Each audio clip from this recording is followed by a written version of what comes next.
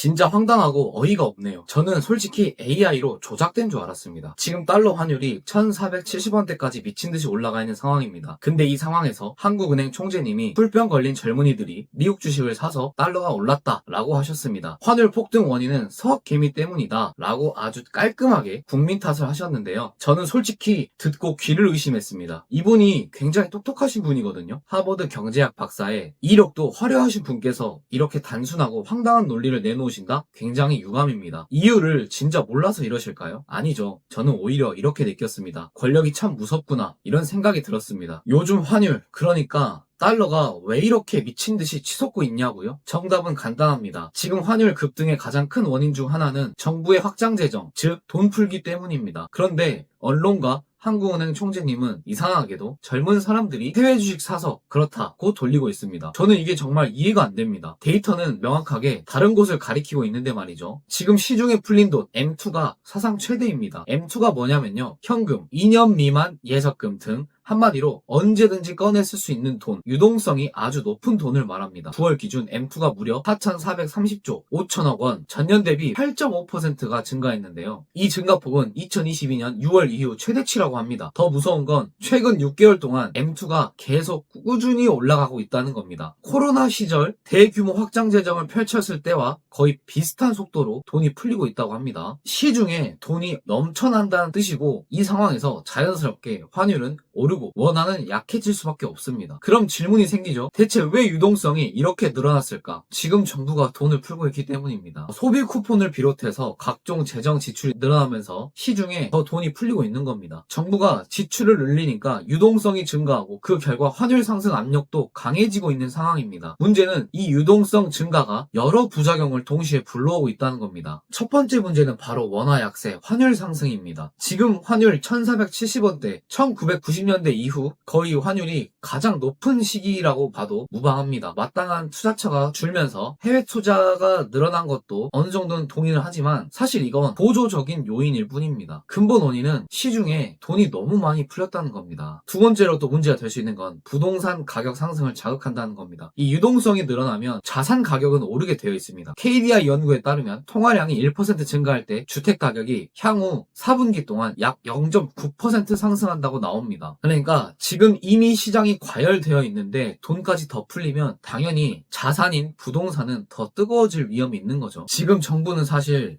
굉장히 어려운 딜레마에 빠져 있을 것 같습니다. 경기를 살리려면 결국 돈을 풀어야 되거든요. 그런데 돈을 풀면 부동산이 오르고